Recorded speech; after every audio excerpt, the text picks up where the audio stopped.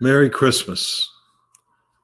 We are in the midst of the season of Christmas, and today we celebrate the feast of the Cathedral's patron saint, John the Divine.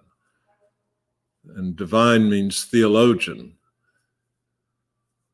The characters that populate the stories in the Gospels about Christmas show us many qualities that we would do well to emulate and follow. I think of the shepherds in the fields tending their duties with steadfastness and loyalty, or the Magi, the three kings, who demonstrated wisdom and a sense of adventure. The animals gathered around the newborn babe show obedience. The innkeeper holds out hospitality to those who are in need. And then there's faithful Joseph, courageous Mary, and joyful angels singing, and above all, the hope of the Christ child. All of these demonstrates the qualities that Jesus calls to you and me to show in our own lives as we honor and follow him. Loyalty, steadfastness, wisdom, obedience, hospitality, courage, joy, hope. These are the qualities that we strive to embody in the life and ministry of the Cathedral of St. John the Divine. Oh yes, there's another character in the Christmas story, the evil and oppressive King Herod, completely self-serving and intent on destroying the Christ child. St. John the Divine wrote his book of Revelation while he was imprisoned on the island of Patmos. Much of his writing is in resistance to Rome's oppressive government, and the book of Revelation is a political diatribe filled with bizarre and coded references and condemnations. John called Rome the whore of Babylon. I guess we can be thankful that John did not have a vocation as an op-ed writer for the New York Times. What makes John the Divine's writings different is his steadfast proclamation of God's kingdom in its fulfillment.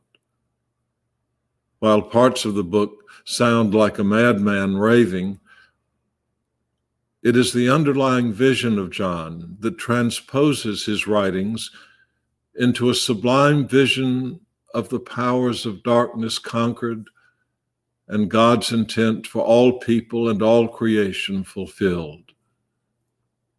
John writes, "Then I saw a new heaven and earth, for the first had vanished. I saw the holy city, New Jerusalem, coming down out of heaven from God. I heard a loud voice proclaiming from the throne, 'Now at last God has his dwelling among humankind.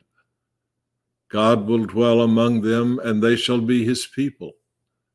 God will wipe every tear from their eyes. There shall be an end to death, and to mourning, and to crying and pain, for the old order has passed away.' Then the one who sat on the throne said, 'Behold, I am making all things new.'" It has often been said that the biblical witness to God's salvation begins in the simplicity of a garden in Genesis and ends in the complexity of a city in the book of Revelation.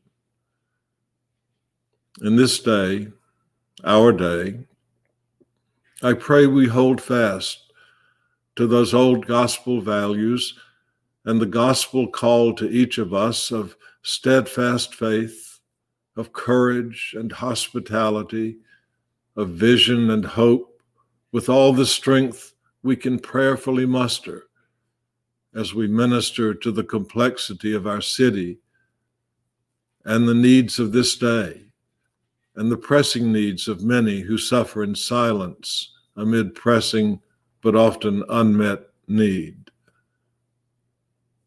This is John's vision.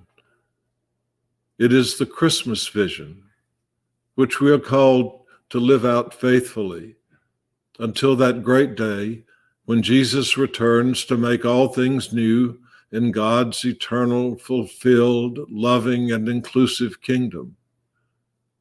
Then we and all creation will gather round God's throne, and in the words of St. John the Divine, we will shout as one. Amen.